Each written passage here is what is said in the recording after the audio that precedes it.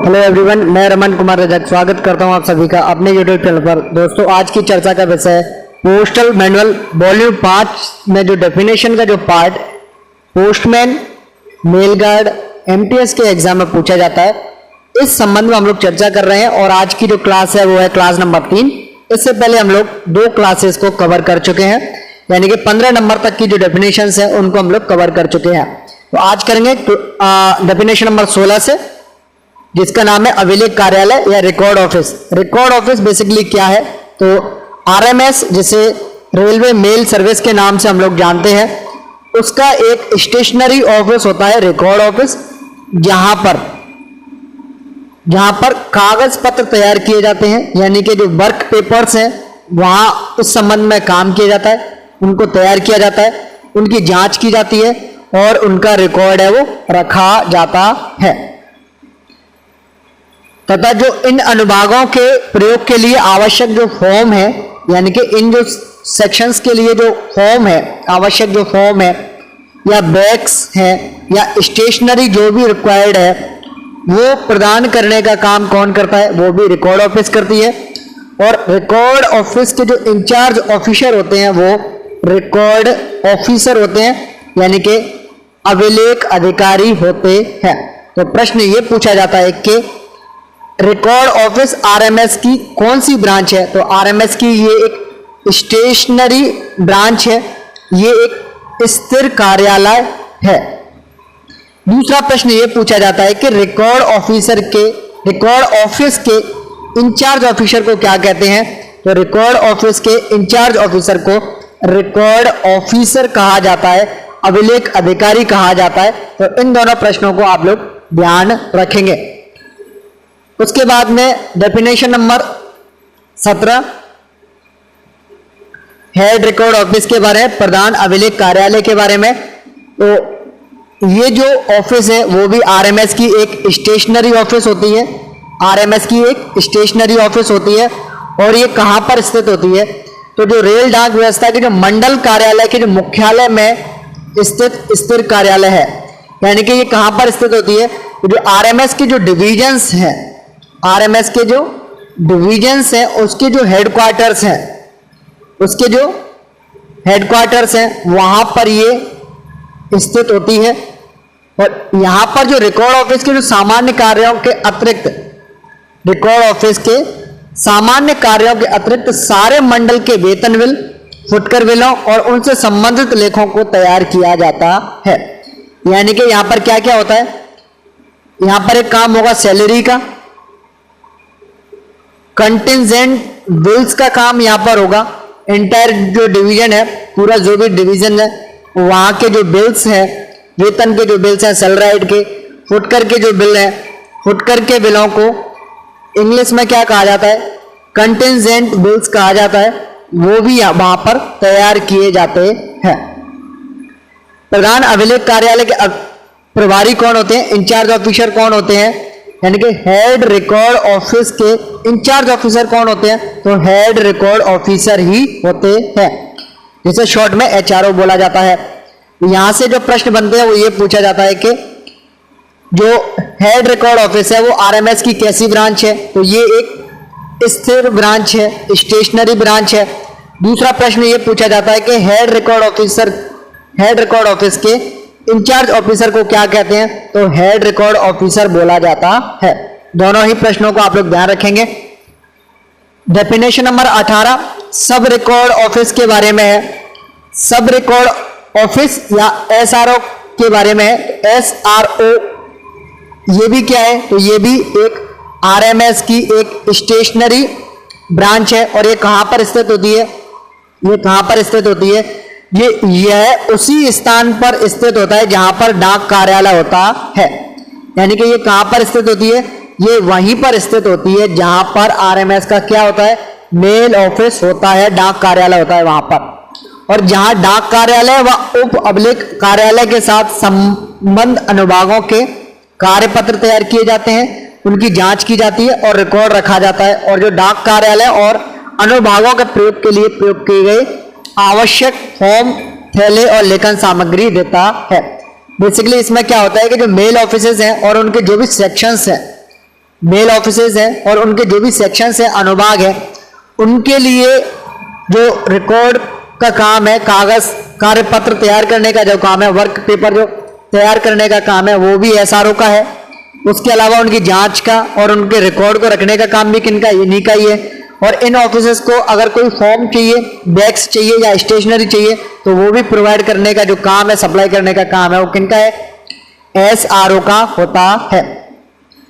प्रश्न ये पूछा जाता है कि एसआरओ के इंचार्ज ऑफिसर कौन होते हैं, तो एसआरओ शॉर्ट सब रिकॉर्ड ऑफिस, सब रिकॉर्ड ऑफिस के इंचार्ज ऑफिसर कौन होते हैं, तो सब रिकॉर्ड ऑफिसर इसके इंचार्ज अधिकारी होते हैं।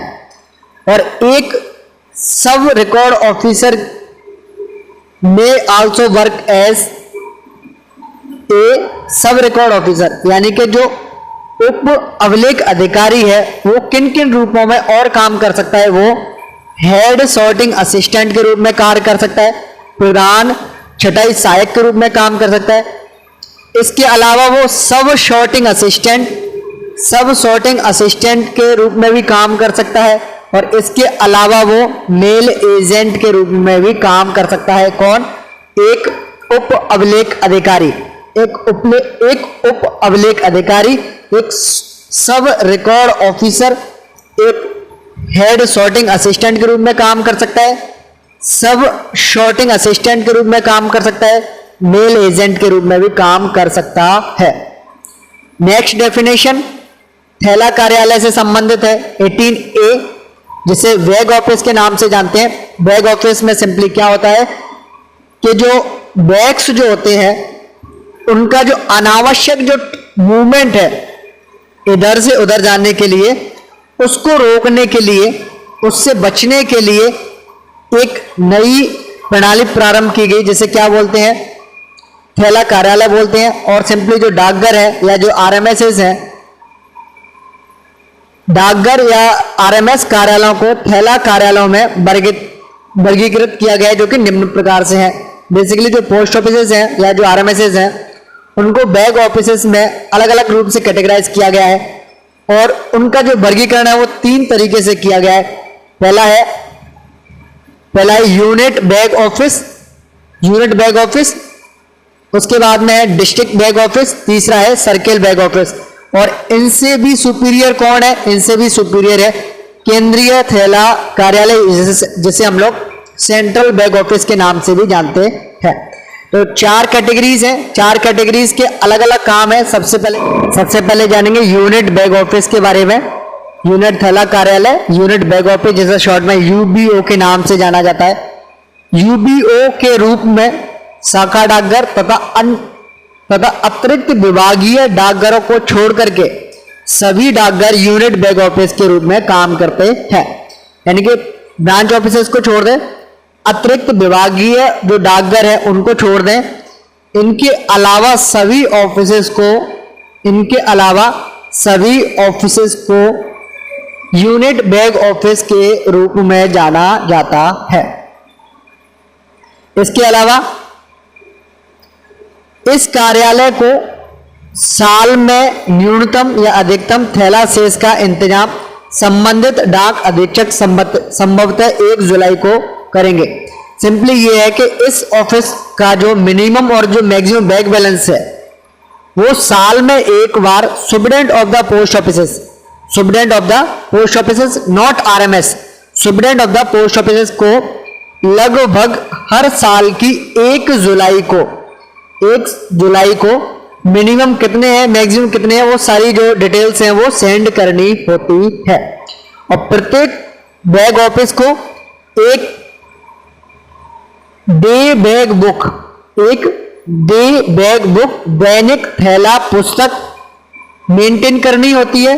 और डिस्ट्रिक्ट बैग ऑफिस जिला थैला कार्यालय को डेली यानी कि रोजाना एक रिपोर्ट सेंड करनी होती है, जिसे कहते हैं डेली बैग बैलेंस रिपोर्ट। क्या बोलते हैं उसे, दैनिक थैला शेष की report. Daily bag balance report अपने से सुपीरियर यानी कि यूनिट बैग ऑफिस से बड़ी डिस्ट्रिक्ट बैग ऑफिस जिला थैला कार्यालय को सौंपनी होती है। दूसरी ऑफिस है जिला थैला कार्यालय, जिसे शॉर्ट में डिस्ट्रिक्ट बैग ऑफिस डीबीओ के नाम से जानते हैं। सिंपली इसमें यह है कि प्रत्येक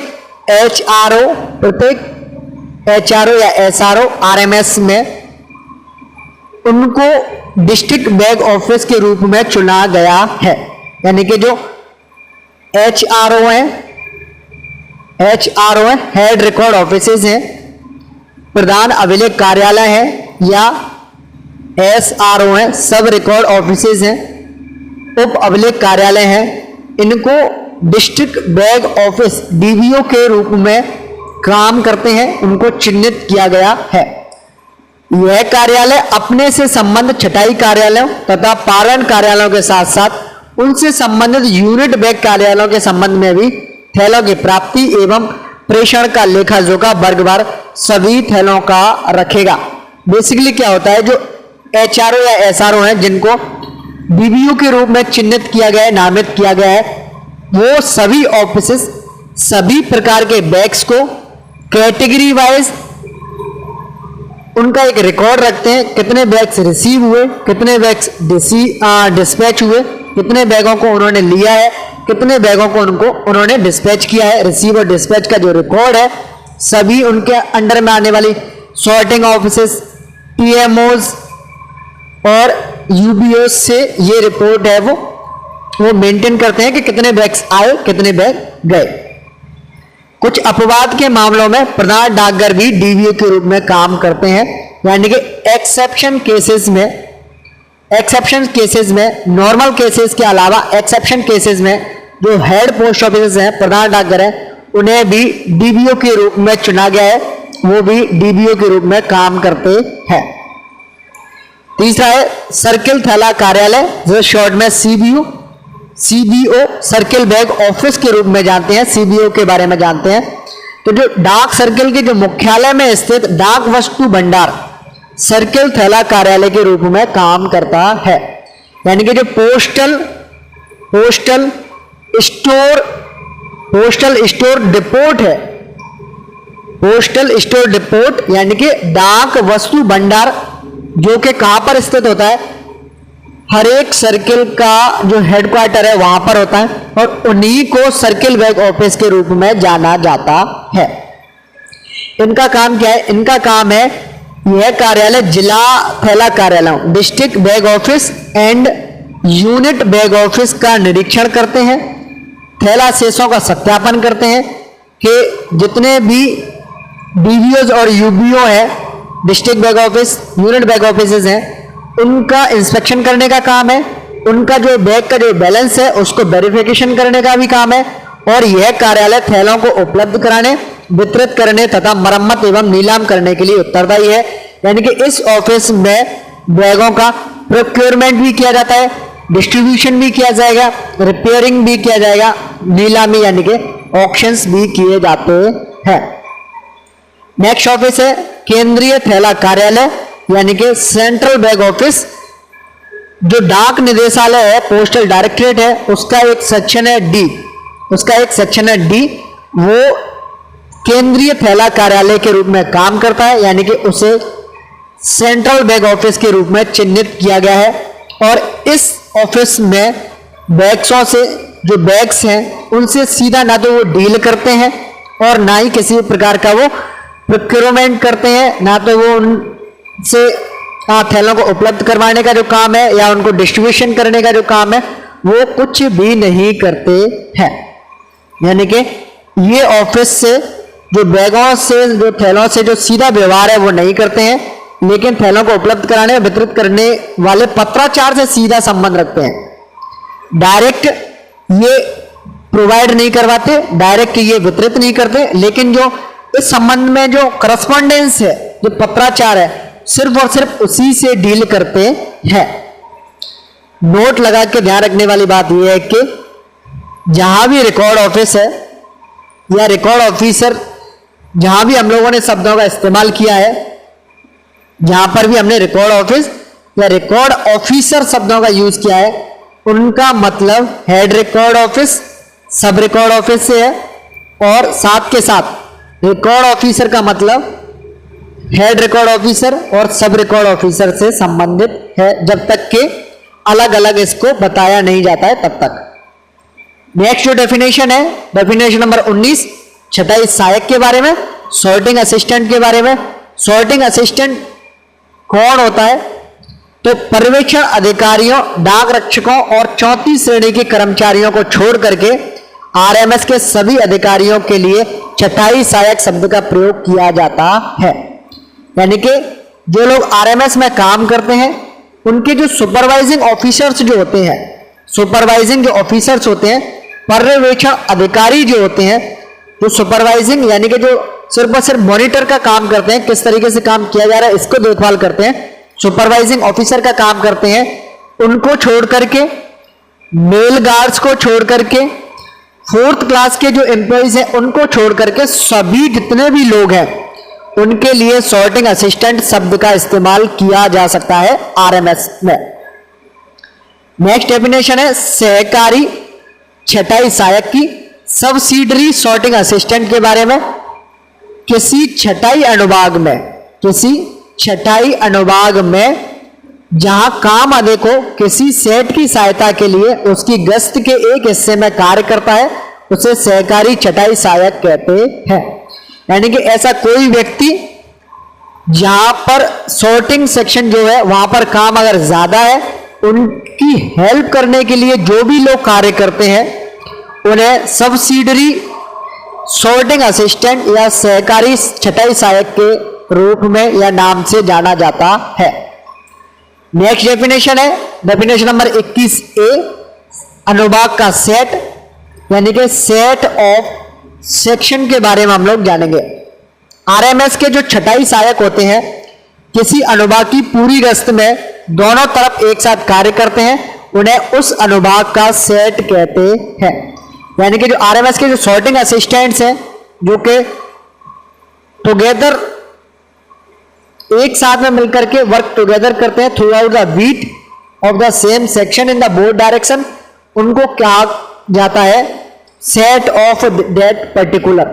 जैसे कि सेटों की गिनती क्रम संख्या के अनुसार होती है, उनका नामकरण अनुभाग के नाम के बाद उनकी क्रम संख्या लगा करके करते हैं। जैसे कि इस प्रकार एक सेट है A26, सेट संख्या 4 का मतलब ये है कि A26 अनुभाग का चौथा सेट।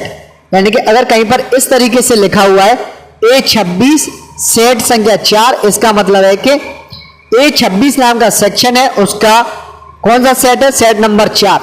किसी अनुभाग के हर सेट के काम करने का समय एक ही होता है, यानी कि जो कोई सेक्शन है उसका जो सेट है उसके काम करने का जो समय है वो भी एक है, उसके कर्मचारियों की संख्या भी एक ही है, डाक की व्यवस्था भी समान होती है और डाक विनिमय करने का जो ढंग भी है वो भी एक ही होता है। किसी अनुभाग के सेटों की संख्या काम के साप्ताहिक घंटों के आधार पर तय की जाती है। नेक्स्ट डेफिनेशन है set of a mail office, डाक कार्यालय का सेट। डेफिनेशन नंबर 21B के नाम से इसे हम जानेंगे। तो आरएमएस के उन छटाई सहायकों को जो किसी डाक कार्यालयों में एक ही समय पर काम करते हैं सेट कहते हैं। सेट की डेफिनेशन है कि जो आरएमएस के जो सॉर्टिंग असिस्टेंट है, छटाई सहायक हैं जो कि किसी डाक कार्यालय में, मेल ऑफिस में सेम टाइम पर काम करते हैं, उसे कहते हैं सेट। जैसे कि डाक कार्यालयों के सेटों की गिनती क्रम संख्या अनुसार की जाती है। जैसे सेट संख्या A का काम रात 12 बजे से या उसके तुरंत पश्चात शुरू होता है। इस प्रकार आरएमएस नागपुर में है, आरएमएस नागपुर में अगर इस तरीके से लिखा हुआ है नागपुर RMS/1, इस तरीके से अगर लिखा हुआ है तो इसका मतलब यह है कि नागपुर आरएमएस में मॉर्निंग वाली शिफ्ट में काम किया जाएगा। इस तरीके से इनके जो मीनिंग्स हैं वो होते हैं। अनुभाग के सेट के विपरीत, यानी कि सेट ऑफ अ सेक्शन के विपरीत, डाक कार्यालय के जो प्रत्येक सेट है, मेल ऑफिस के जो प्रत्येक सेट है, उनके काम के अलग अलग घंटे होते हैं। डाक और छटाई का जो तरीका है वो भी अलग अलग होता है, कर्मचारियों की संख्या भी अलग अलग होती है और काम की जो मात्रा है वो भी भिन्न भिन्न हो सकती है।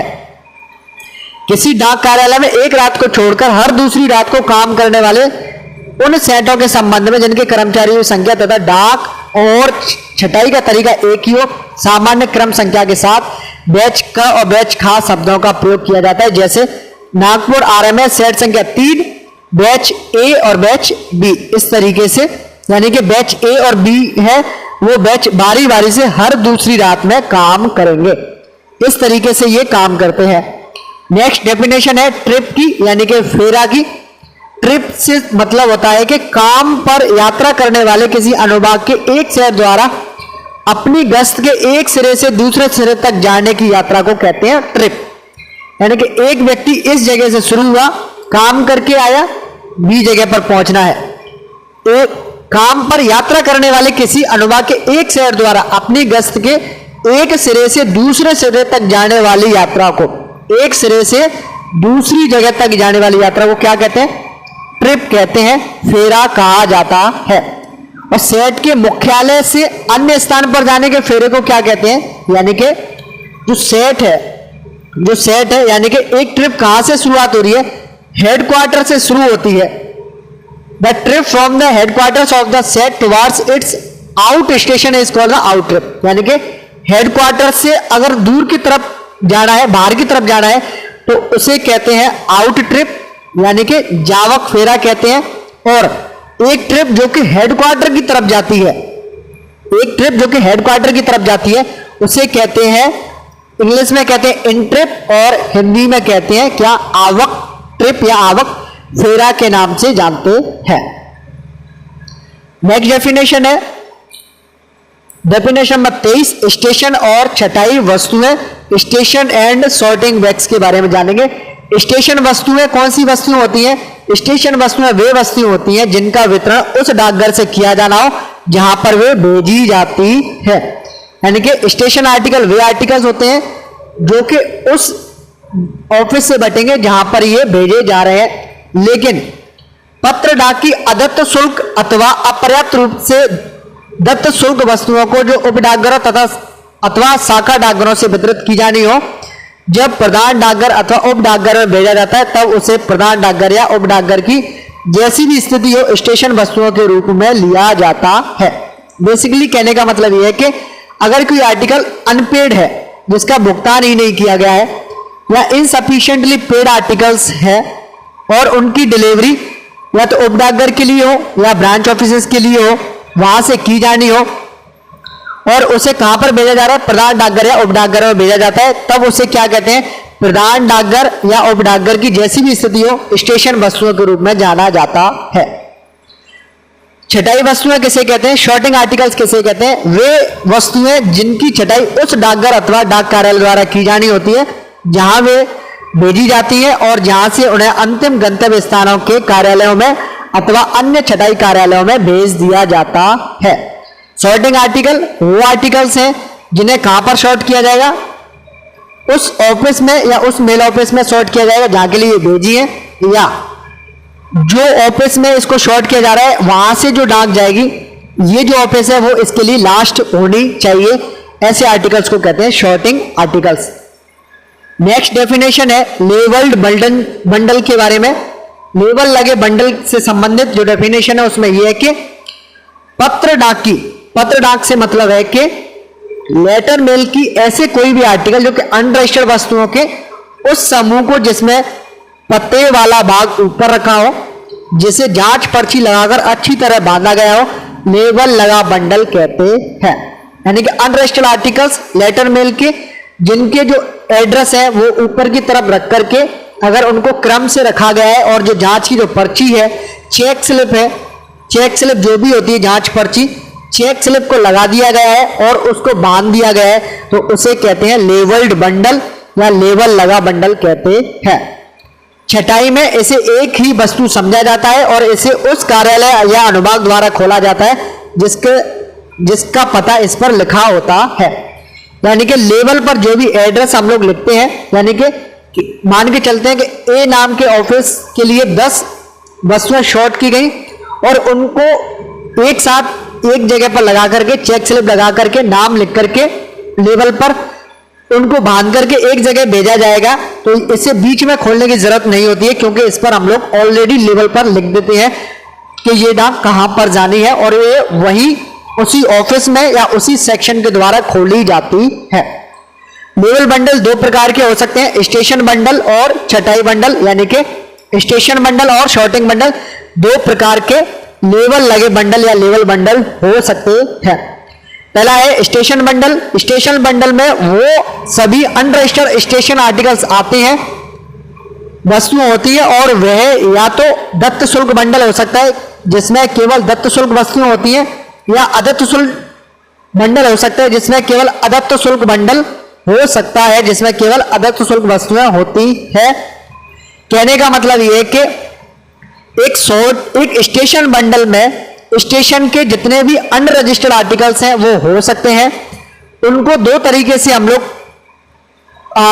बंडल बना सकते हैं। अगर कोई पेड आर्टिकल का बंडल है उसे एक तरीके से बना लिया, और कोई आर्टिकल अनपेड वाले हैं उनका एक अलग से बंडल बना करके हम लोग भेज सकते हैं।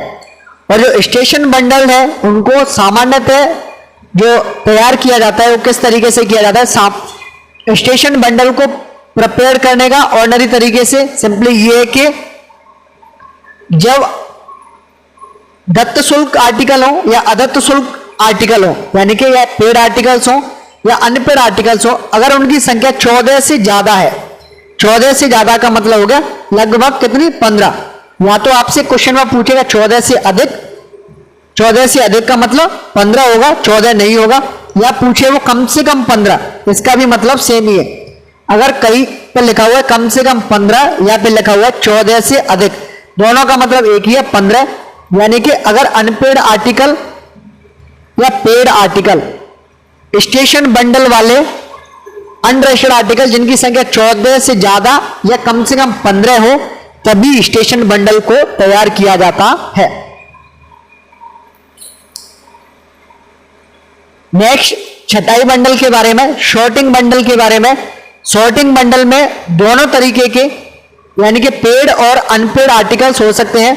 पेड और अनपेड दोनों तरीके के आर्टिकल हो सकते हैं। यानी कि एक शॉर्टिंग बंडल में अनरजिस्टर्ड आर्टिकल चाहे वो दत्त शुल्क हो या अदत्त शुल्क हो दोनों ही प्रकार के हो सकते हैं जो स्टेशन बंडलों में शामिल नहीं की जाती है।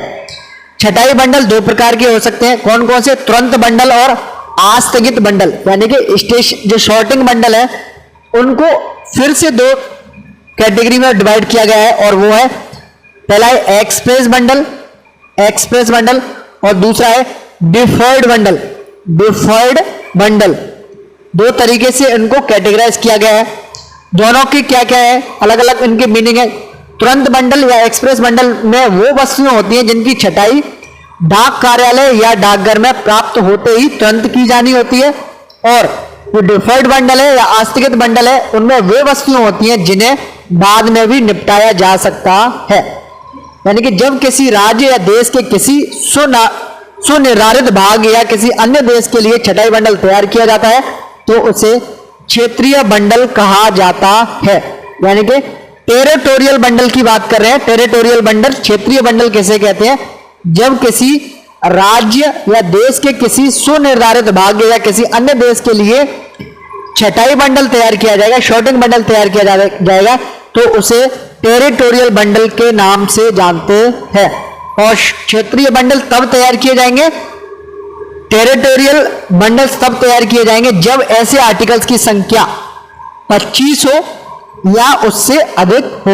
यानी कि या तो मिनिमम 25 हो या 25 प्लस हो तभी इनको तैयार किया जाता है। और जो लेवल लगे बंडल्स हैं, यानी कि जो लेवल बंडल्स हैं वो ड्यू बैक्स नहीं होते हैं। यानी कि level bundles are not due, level bundles are not due, level लगे बंडल अपेक्षित नहीं होते हैं। नेक्स्ट पूर्व छटाईकृत बंडल यानी कि प्री सॉर्टेड बंडल कौन से होते हैं? ये ग्राहक तथा डाकघरों से भी प्राप्त होते हैं। यानी कि इनको कोई कस्टमर भी दे सकता है और ये पोस्ट ऑफिस से भी रिसीव हो सकते हैं। यदि ये बंडल स्टेशन बंडल हो तो उन्हें खोलने की जरूरत बिल्कुल भी नहीं है। यदि छटाई बंडल हो तो उन्हें खोलकर इनकी शॉर्टिंग का काम किया जा सकता है। नेक्स्ट डेफिनेशन है चेक स्लिप के बारे में, जांच पर्ची के बारे में, और ये कहां पर लगी होती है? ये लेवल का जो बंडल है, लेवल बंडल है उसके ऊपर लगी होती है, बंधी होती है, जैसे क्या कहते हैं हम लोग, जांच पर्ची कहते हैं। प्रत्येक लेबल लगे बंडल के ऊपर बांधे जाने वाले लेबल को, यानी कि जो लेबल बंडल है उसके ऊपर जो लेबल लगाया जाएगा उसको क्या कहते हैं, उसे कहते हैं चेक स्लिप। इसे विभिन्न रंगों के कागज पर छापा जाता है। जैसे सामान्यतः दत्त शुल्क और अदत्त शुल्क बंडलों के लिए गुलाबी रंग का लेबल होता है, यानी कि जो पेड और अनपेड तरीके के जो बंडल्स हैं उनके लिए कैसा कलर है, गुलाबी कलर है। और सामान्य जो छटाई बंडल है, सामान्यतः जो शॉर्टिंग बंडल है उनके लिए व्हाइट कलर है, सफेद कलर है। और जो विदेशी हवाई डाक के जो बंडल है, हवाई शब्द जिनके लिए हवाई शब्द का इस्तेमाल किया जाता है, वो ब्लू कलर के होते हैं, नीले रंग के लेबल प्रयुक्त किए जाते हैं। और जो एक्सप्रेस और जो डिफॉल्ट बंडल है, दोनों प्रकार के बंडलों के लिए सफेद जांच पर्ची यानी कि व्हाइट कलर की चेक स्लिप इस्तेमाल की जाती है। जब इसे तुरंत बंडल के लिए इस्तेमाल किया जाता है, तब इसके ऊपर नीली पेंसिल से 2 तिरछी रेखाएं खींच दी जाती हैं। यानी कि लेबल बंडल जो एक्सप्रेस बंडल है, एक्सप्रेस बंडल के लिए जो व्हाइट कलर का जो चेक स्लिप यूज की जाएगी, तब नीले पेंसिल से 2 तिरछी लाइनें खींच दी जाती है और इससे पता चल जाता है कि ये बंडल एक्सप्रेस बंडल है। और जब इसमें स्थानीय वस्तु हो तो इसमें हरे रंग राजधानी की वस्तुओं के लिए पीले रंग, यानी कि अगर आर्टिकल स्थानीय है, लोकल के हैं तो हरे रंग की पर्ची, राजधानी की वस्तुएं हैं, राजधानी के आर्टिकल्स हैं तो पीला रंग, और मेट्रो बंडल के लिए नीले रंग की पर्चियों का इस्तेमाल किया जाता है। और प्रत्येक जो चेक स्लिप है उस पर कार्यालय का नाम होना चाहिए, तारीख मोहर होनी चाहिए, और जो बंडल तैयार करता है उस कार्यालय का नाम भी होना चाहिए। जहां इसे भेजा जाता है उस अधिकारी के पूरे हस्ताक्षर होते हैं जो इसे बनाता है। यानी कि चेक स्लिप पर क्या क्या होगा, जो ऑफिस भेजेगी, जो सेंडर है ऑफिस का भेजने वाला है, उसका नाम पता होगा, जिस दिन भेजी जाएगी, जिस तारीख को भेजी जाएगी उसकी तारीख मोहर होगी, डेट स्टाम्प होगी, जिस ऑफिस के लिए भेजी जाएगी उस ऑफिस का भी नाम पता होना जरूरी होता है, और उस अधिकारी के पूरे हस्ताक्षर होते हैं जिससे इसने भेजा है। क्षेत्रीय बंडल के ऊपर यानी कि जो टेरिटोरियल बंडल है उसके ऊपर जो लगाई जाने वाली जो स्लिप है, चेक स्लिप है, उस राज्य या क्षेत्र आदि का नाम भी होता है जहां बंडल की वस्तुओं को भेजा जा रहा है। उस कार्यालय अथवा अनुभाग का नाम भी होता है जिसके द्वारा बंडल को खोला जाना है। जैसे कि दिल्ली हवाई छटाई, यानी कि दिल्ली एयर सॉर्टिंग में अगर इसको खोला जाना है तो वहां इसका नाम लिखा होता है। जो चेक स्लिप है उनका उद्देश्य क्या है, उनका उद्देश्य है कि जो लेबल लगे बंडलों में गलती से शामिल की गई वस्तुओं को गलत जगह भेजने की जिम्मेदारी को निश्चित करने का काम होता है। नेक्स्ट डेफिनेशन है मनी ऑर्डर जांच पर्ची की 25A money order check slip की।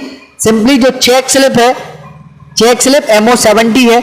गंतव्य स्थानों को भेजने के लिए मनी ऑर्डर के बंडल तैयार करने के लिए सफेद अथवा बादामी रंग के कागज पर लाल स्याही से छपी जांच पर्ची MO70 इस्तेमाल करने के लिए निर्धारित है।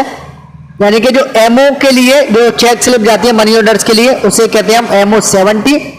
और गंतव्य स्थान पर भेजने के लिए जो मनी ऑर्डर्स के जो बंडल्स हैं उनको तैयार करने के लिए या तो व्हाइट कलर का, सफेद कलर का या बादामी रंग का जो पेपर है, कागज है, उस पर लाल स्याही से छपी चेक स्लिप का इस्तेमाल किया जाता है। और इस चेक स्लिप पर बंडल में शामिल मनी ऑर्डर्स की जो संख्या है वो भी लिखनी होती है। और इसी के साथ इस वीडियो को करता हूं मैं एंड। ये है अंत इस वीडियो का। धन्यवाद।